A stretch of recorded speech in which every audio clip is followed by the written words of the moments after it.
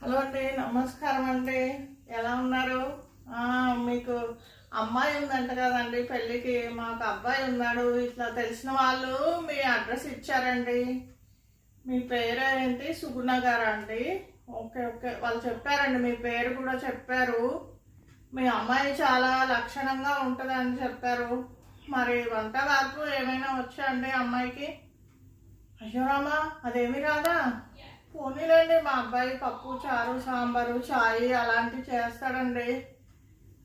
Okay అండి. అమ్మాయి ఏమాత్రం చదువుకుందేంటి? బీటెక్? మరి జాబ్ చేస్తుందా అండి? ఓకే ఓకే, చేస్తుందా? Okay okay. ఎక్కడ అండి? కాలిఫోర్నియానా? ఓకే అండి, ఓకే. మరి నేను అబ్బాయిది జాతకము పంపిస్తాను. మరి మీ అబ్బాయిని మా అమ్మాయిని, మీ అమ్మాయిని మా అబ్బాయిని కొంచెము వీడియో కాల్లో మాట్లాడుకోమని చెప్తారా? వాళ్ళు ఓకే అయిన తర్వాత అప్పుడు మనం మిగతా మాటలు మాట్లాడుకుందాం. ఓకేనా అండి? ఎలా ఉన్నారు? ఏంటి మీ అబ్బాయి కాలిఫోర్నియాలో జాబా? Okay okay. మా అమ్మాయి కూడా బీటెక్ చదివిందండి.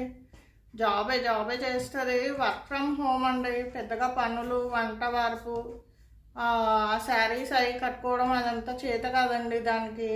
మరి మీ ఇష్టం అండి. పొద్దున్నే లేస్తుంది, ఫ్రెష్ అప్ అవుతుంది, లాగిన్ అయిపోతుందండి.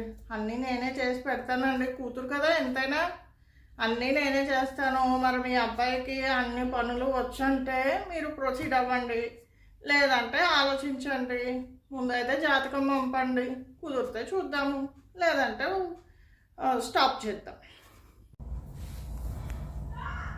హలో, నిన్న ఒక అబ్బాయి పేరెంట్ వచ్చారండి. మీరేమో ట్రిప్పులో ఉన్నారు, నేనే మాట్లాడాల్సి వస్తుంది అన్నీను.